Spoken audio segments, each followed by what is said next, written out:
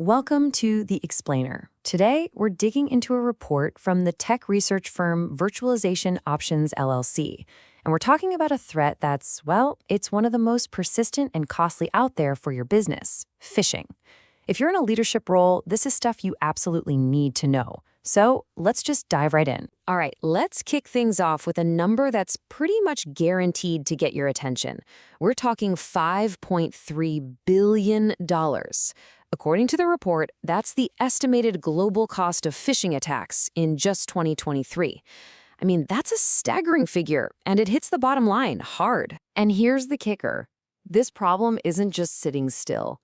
It's actually growing like crazy.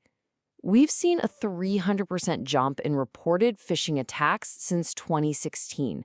So the risk to your company isn't just there. It's speeding up. So let's be clear about what we're actually talking about. At its heart, phishing is all about deception. You know, the attackers aren't usually hacking their way through your firewalls with some kind of brute force. Nope. They're tricking your own people into opening the front door. They do this by pretending to be someone you trust, like your bank, a key supplier, or maybe even your own CEO. Okay, so if we're going to defend against these guys, we first have to get inside their heads, right? We need to understand their playbook. So let's break down the anatomy of a scam and see exactly how they come after your business. You see, the modern attacker's toolkit is, well, it's incredibly diverse. They're not just sticking to email these days. They're calling you on the phone. That's phishing. They're sending you text messages. That's smishing.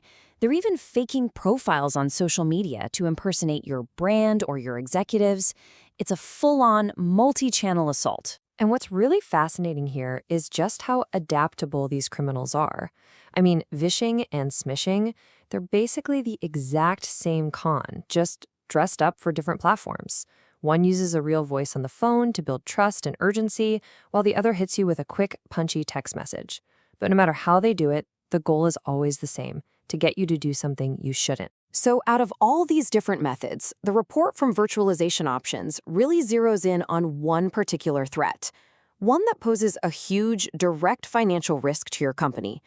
This one often bypasses all the typical malware stuff and goes straight for the company bank account. And that threat is called a business email compromise, or a BEC scam for short. Now, this isn't just some random phishing email. It's a really sophisticated multi-step attack. First, the criminals will impersonate a top executive or a trusted supplier. Then, they send a perfectly crafted email asking for an urgent wire transfer, for a confidential deal or some overdue invoice.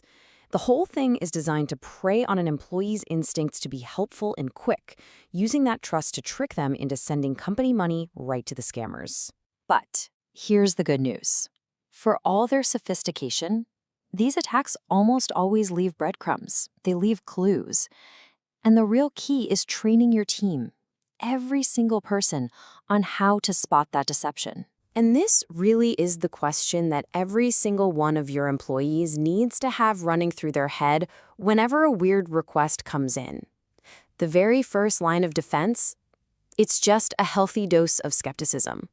It's about pausing and asking the right questions. So what are those clues? Well, for one, attackers love to create a false sense of urgency or fear. They often make silly grammar or spelling mistakes. You might see a sender's name that looks legit, but the actual email address behind it is totally wrong. Or they'll ask for info they should definitely already have. These are the classic red flags, and your team has to be on the lookout for them always. And here is a pro tip, a really simple but incredibly powerful habit.